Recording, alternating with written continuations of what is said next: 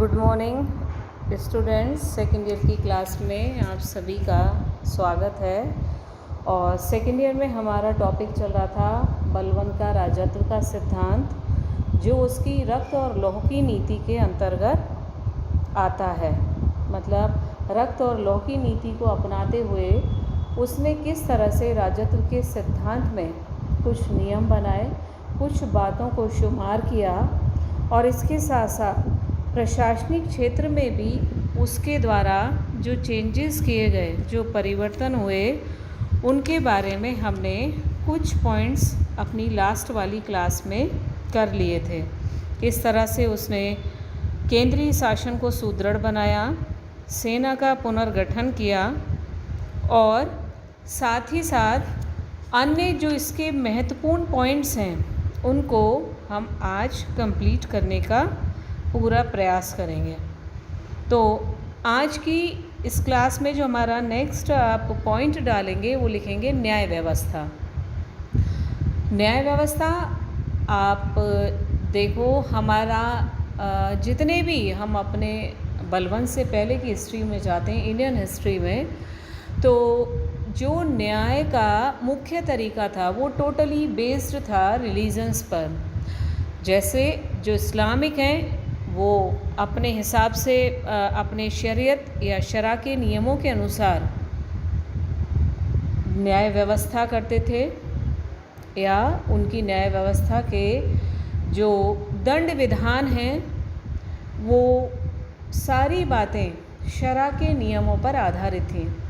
और मुस्लिम शासन से पूर्व भारतीय इतिहास में हम देखते हैं कि जो हिंदू शासक थे उन्होंने भी पौराणिक हिंदू ग्रंथों के आधार पर, धर्म ग्रंथों के आधार पर न्याय की प्रक्रिया को कंटिन्यू किया था। तो बलबन चूँकि रक्त और लौह की नीति का पालन कर रहा था, और इसी के तहत उसने जो अपनी न्याय व्यवस्था लागू की थी, उस न्याय व्यवस्था में भी उसकी जो कठोरता है वो स्पष्ट झलकती है। लेकिन ये कठोरता किस क्षेत्र में थी, ये कठोरता उसने क्यों अपनाई थी, इसका कारण भी हमें समझना आवश्यक है। क्योंकि बलबन पूरी तरह से अपनी न्याय व्यवस्था को समानता के आधार पर लागू करना चाहता था। समानता इन द सेंस कि यदि कोई भी अपराध एक साधारण व्यक्ति करता है, या उसे कोई बड़ा अधिकारी करता है, शाही परिवार का कोई व्यक्ति करता है, कोई प्रांतीय अधिकारी, मतलब कोई भी, चाहे वो अमीर हो, गरीब हो, सरकारी कर्मचारी हो, यदि अपराध करता है तो उसके लिए जो दंड विधान होगा वो भी सेम वैसा ही होगा जैसा एक सामान्य प्रजा या सामान्य नागरिक के लिए होगा। तो इसलिए अपराध करने पर दंड सभी को समान रूप से मिलेगा। यदि इन्हें हम सिंपल वर्ड्स में एक्सप्लेन करें तो हम ये कह सकते हैं कि न्याय के समक्ष बलबन ने सभी को समान रखा था। ऊंच नीच का कोई भेदभाव, स्त्री पुरुष, इस तरह के भेदभावों को उसने समाप्त करने का प्रयास किया था।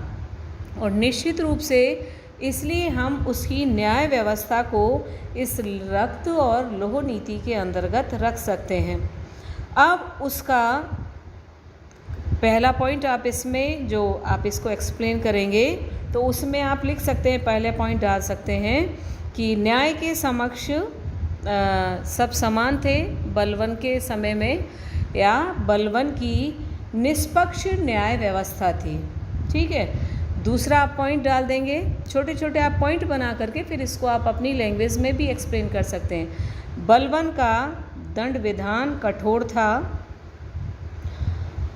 और तीसरा पॉइंट आप लिख सकते हैं, शरा के या इस्लामिक कानूनों के आधार पर न्याय किया जाता था। इसमें यह भी ध्यान रखना है कि बलबन ने धर्म को राजनीति से अलग रखा था। मैंने लास्ट क्लास में अपने बताया भी था। लेकिन जो मेन आधार थे न्याय व्यवस्था के, उसमें हमें जो शरा के नियम हैं उनकी झलक देखने को मिलती है।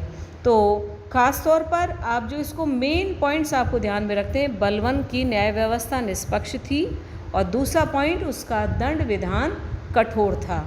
ठीक है, अब इसमें आप कुछ उदाहरण भी लिख सकते हैं। पहला उदाहरण आप इसमें लिख सकते हैं, देखिए बदायूं जो प्रांत था दिल्ली सल्तनत का, तो बदायूं का सूबेदार था मलिक बकबक। मलिक बकबक, बहुत आराम से आपको बोल रही हूँ, आप इसे नोट भी कर सकते हैं। बदायूं के सूबेदार मलिक बकबक, ये सल्तनत काल का एक प्रमुख अमीर था और इसने अपराध क्या किया था कि इसने अपने नौकर को शारीरिक यातनाएं देते हुए उसको मरवा दिया था। यानी आप ये कह सकते हैं उसको फिज़िकली काफ़ी टॉर्चर किया गया और उसके बाद अंत में उसकी हत्या करवा दी गई। तो नौकर की विधवा पत्नी जो थी वो सुल्तान बलवन के समक्ष उपस्थित हुई और उसने पूरी घटना का विवरण बलवन को बता दिया। अब ऐसी स्थिति में आप देखो, वो एक प्रसिद्ध प्रमुख अमीर रहा था, बदायूं को सूबेदार था, लेकिन जब बलवन के सामने मलिक बकबक का ये कृत्य आया उस नौकर की विधवा पत्नी के द्वारा, तो आप देखो बलवन ने एक अमीर को भी वही दंड दिया जो एक साधारण व्यक्ति को दिया जाता है। उस नौकर की विधवा के सामने ही मलिक बकबक को पीट पीट कर मार दिया जाए, ऐसी सज़ा बलवन के द्वारा दी गई। यानी कुल मिलाकर प्राण दंड की सज़ा, क्योंकि नौकर को भी उसने मरवा दिया था तो मलिक बकबक को भी मरवा दिया गया। इसी प्रकार से आप दूसरा उदाहरण देख सकते हैं। बलवन का एक कृपा पात्र था और वो था अवध का सूबेदार हैबत खां। अवध का सूबेदार हैबत खां, इससे कहीं आपको हैबात खां भी लिखा हुआ मिल सकता है, तो एक ही बात है हैबात खां और हैबत खां।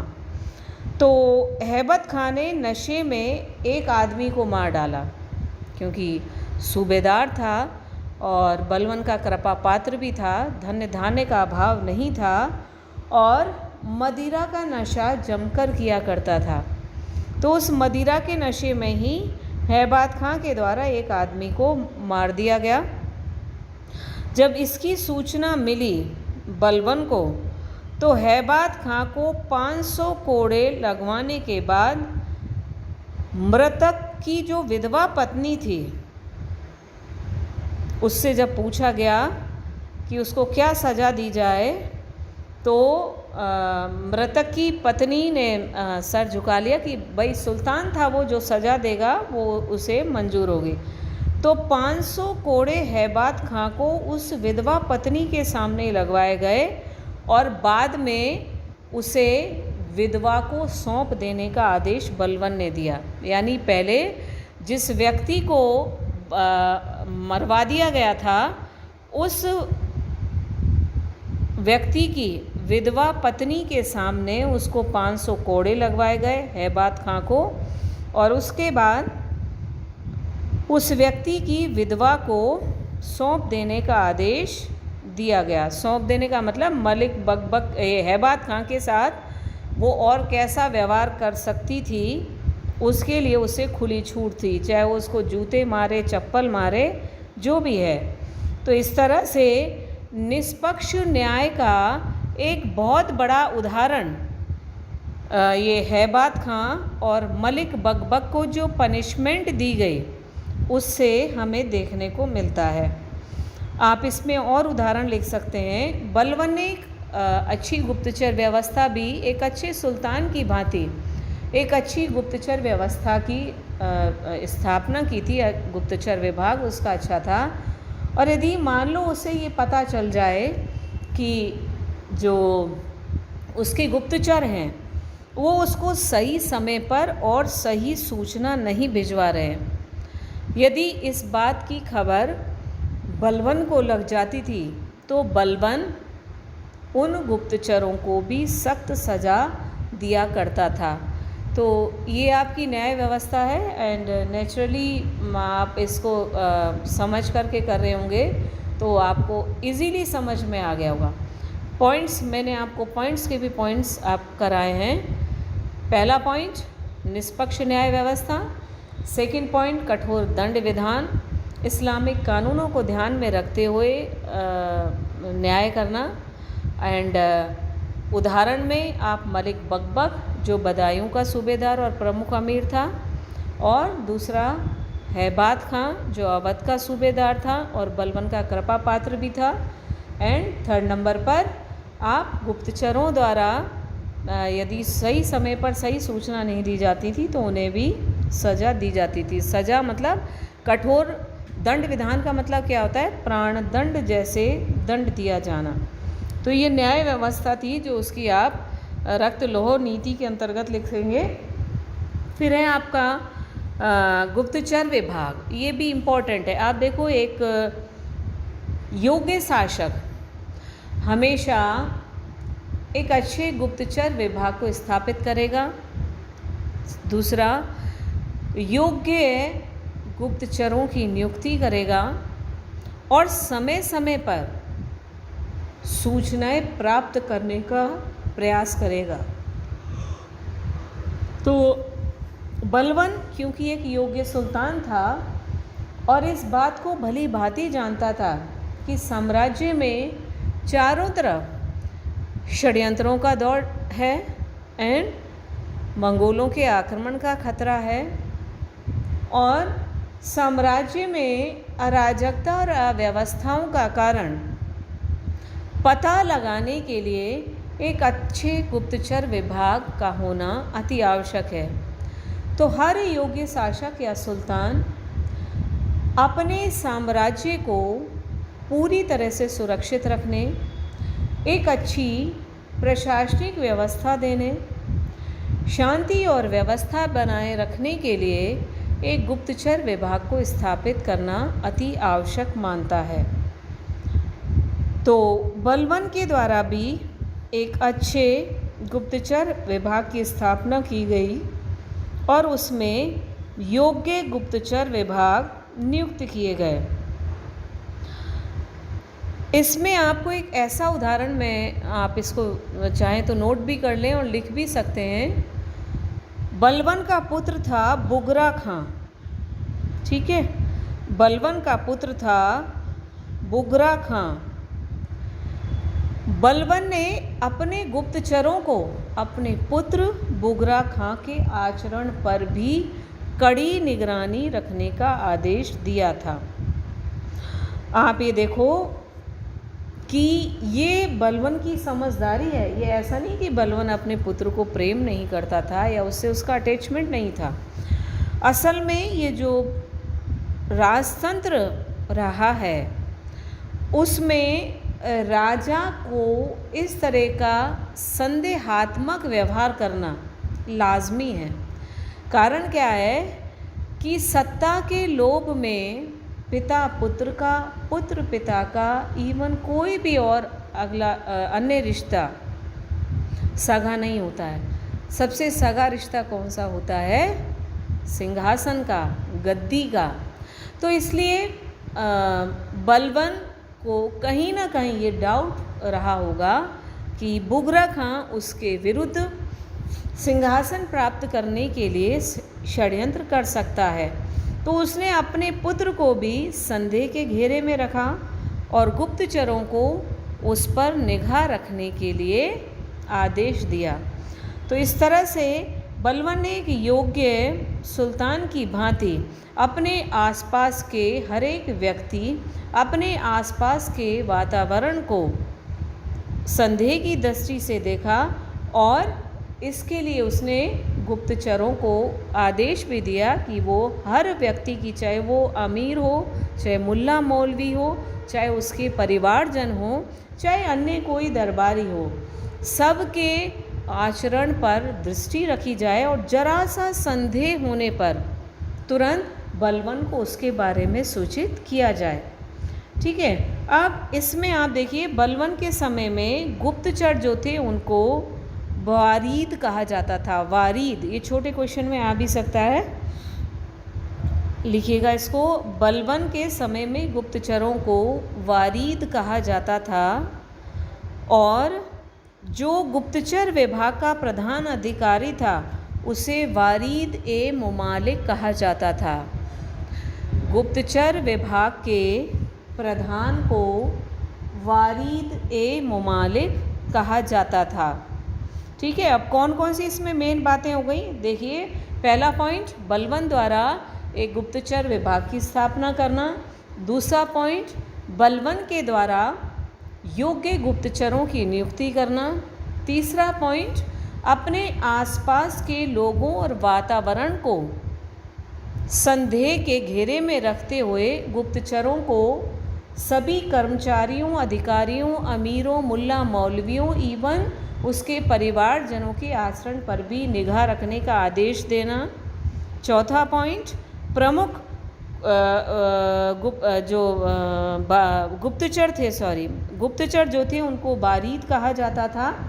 अगला पॉइंट, गुप्तचर विभाग के प्रधान अधिकारी को बारीद ए मुमालिक कहा जाता था। इस 5 पॉइंट्स में यानी 5 लाइंस के अंदर आप गुप्तचर विभाग को और अच्छे से एक्सप्लेन कर सकते हैं। ठीक है, फिर इसके बाद आती है राज्य की वित्तीय व्यवस्था। देखो, धन है तो सब कुछ है और धन नहीं है तो राज्य का सुचारू रूप से संचालन करना भी संभव नहीं है। तो बलवन के द्वारा राज्य में किस प्रकार की वित्तीय व्यवस्था की गई थी इस पर भी हम एक दृष्टि डालें तो आप देखिए, क्योंकि एक विशाल सेना का पुनर्गठन किया गया था, हमने लास्ट क्लास में इस टॉपिक को, पॉइंट को पढ़ा था, और राज्य की सुरक्षा के लिए अन्य कदम भी उठाए गए थे। तो इन सारे क्रियाकलापों से, जैसे मंगोलों से आक्रमण की सुरक्षा के लिए दुर्गीकरण भी किया गया था, पुराने दुर्गों की मरम्मत कराई गई थी, तो राज्य का व्यय जो था वो काफ़ी बढ़ गया था। और जब किसी भी राज्य का, चाहे वो राजतंत्र हो या लोकतंत्र हो, कोई सी व्यवस्था हो, जब व्यय बढ़ जाता है तो हमें आय बढ़ाने के पूरे प्रयास करने होते हैं। तो बलवन ने भी इस ओर ध्यान दिया। तो आप इसको भी पॉइंट्स के में आप बना करके लिख सकते हैं। जब पहला पॉइंट लिखेंगे, जब राज्य का व्यय बढ़ा तो बलवन द्वारा राज्य की आय बढ़ाने के प्रयास किए गए। दूसरा, राज्य की आय बढ़ाने के लिए राजकीय करों की वसूली पर ध्यान दिया गया।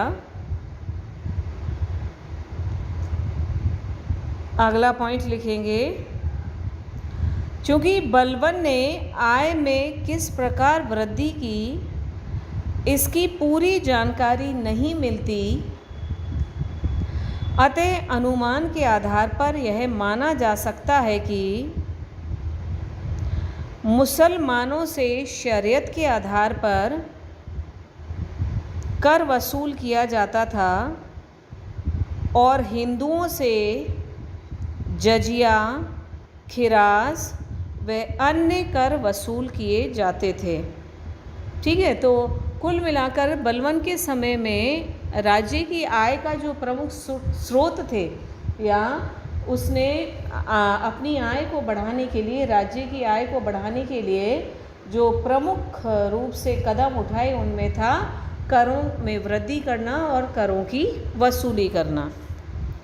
फिर रक्त और लौह की नीति में अगला आप पॉइंट लिखेंगे, तुर्क अमीरों का दमन।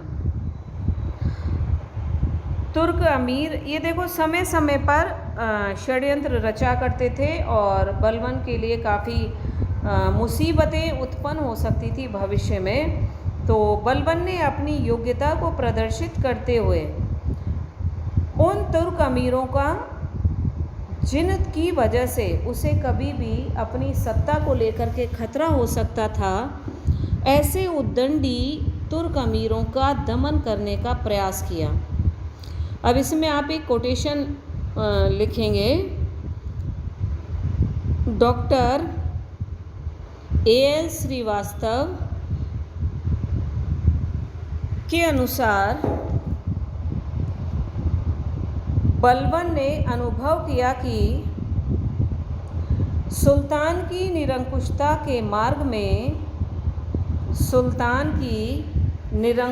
के मार्ग में सबसे बड़ी बाधा तुर्क अमीरों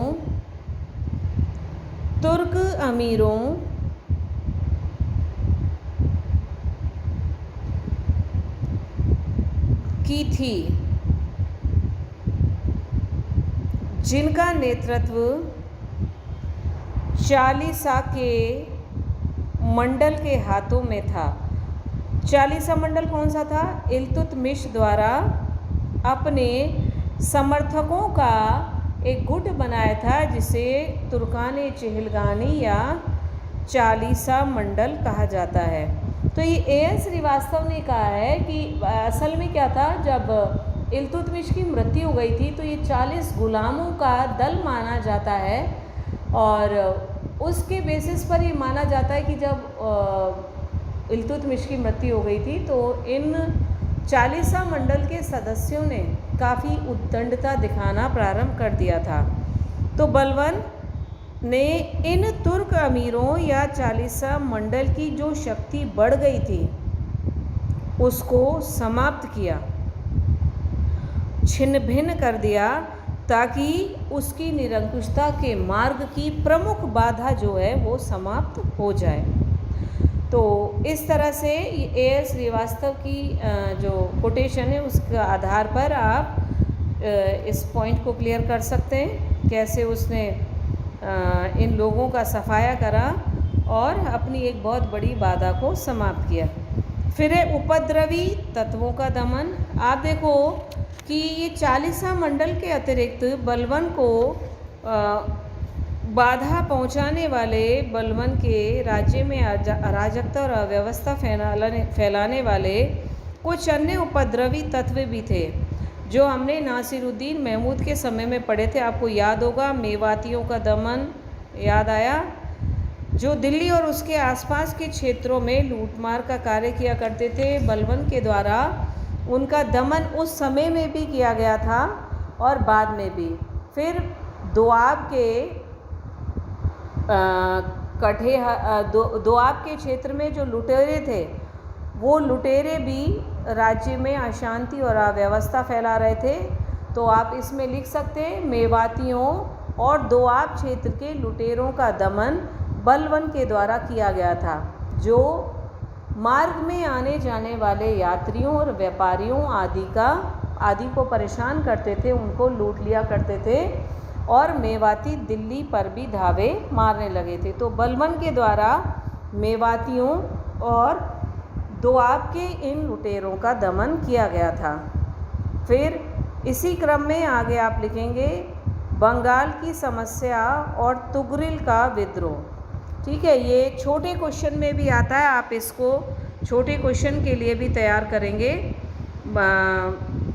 जो बंगाल का प्रांत है, मैंने आपको पहले भी कई बार बताया, काफ़ी समृद्ध है, और प्राचीन समय से ही यदि हम देखें तो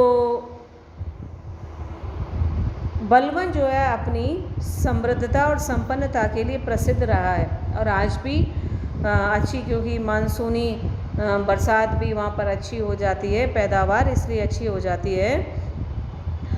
और आप यदि होल हिस्ट्री देखें तो कुछ एक शासक और सुल्तानों के समय को यदि हम छोड़ दें तो बाकी समय में बंगाल ने दिल्ली की नाम मात्र की अधीनता को ही स्वीकार किया है।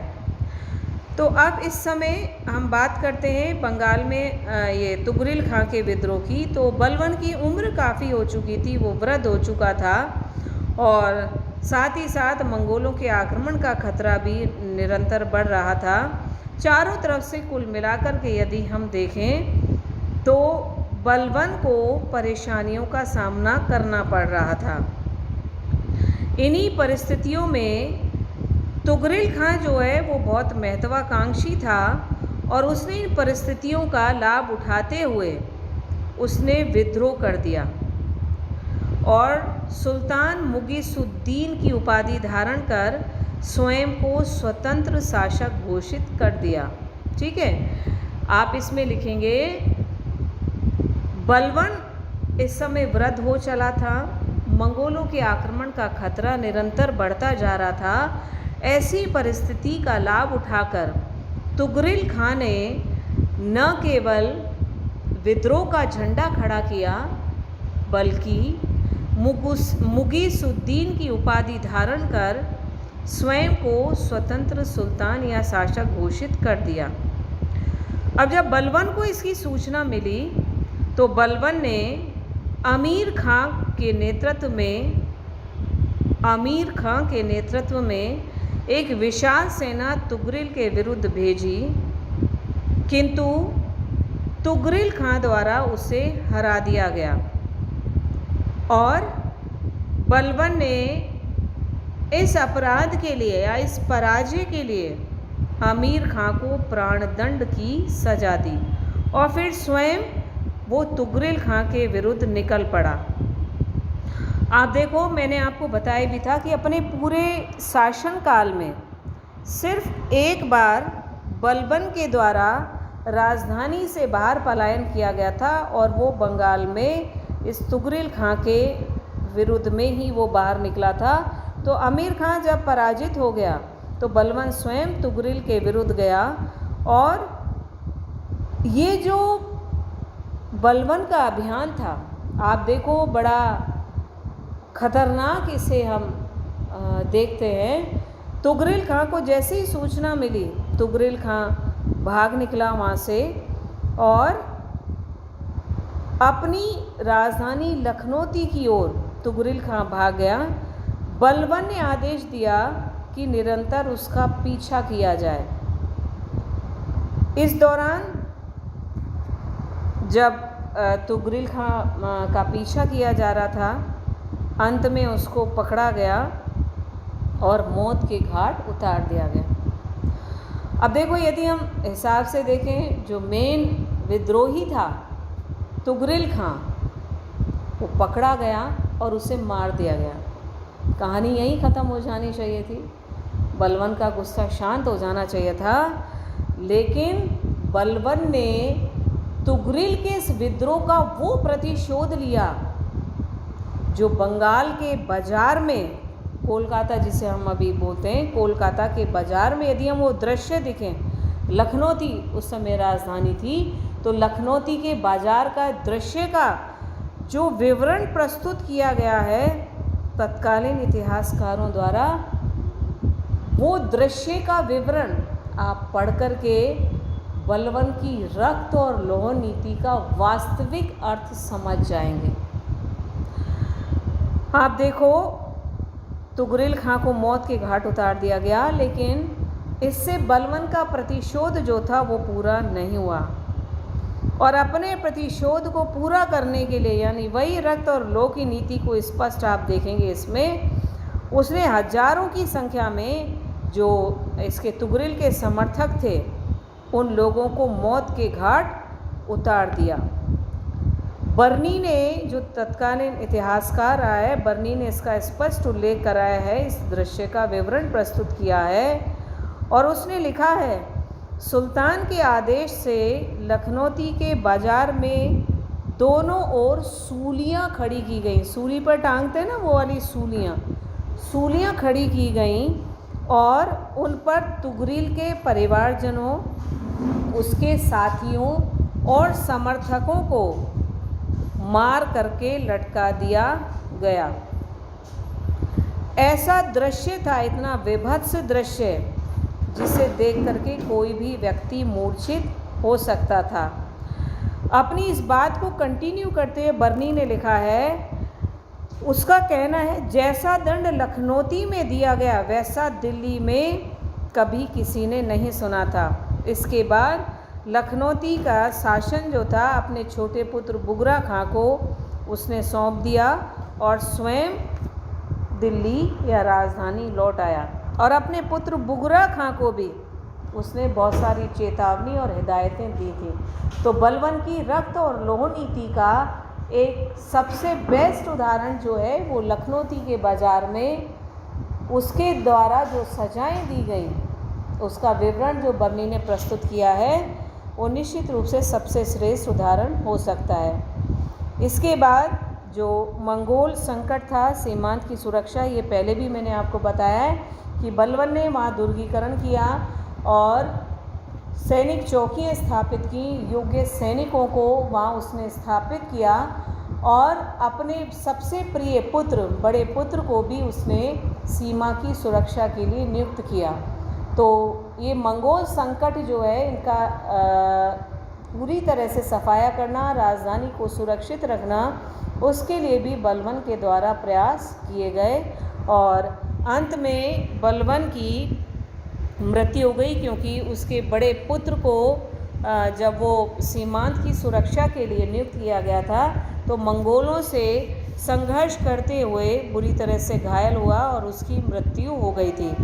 तो युवराज मोहम्मद खां जो बड़ा पुत्र था और उत्तराधिकारी भी था बलवन का, उसकी मृत्यु का झटका भी बलवन को लगा और अंत में बलवन वृद्ध भी हो चुका था और उसकी मृत्यु हो गई। तो ये बलवन की रक्त और लौह नीति थी। इसके बाद हम खलजी साम्राज्य पढ़ेंगे, खलजी क्रांति पढ़ेंगे अगली क्लास में। तब तक के लिए आप सभी का बहुत बहुत धन्यवाद, आभार। क्लास लेते रहिए, पढ़ते रहिए और जो मैं बोलती हूँ कि नोट करना है उसको नोट भी आप लोग करिएगा। Have a nice day to all of you.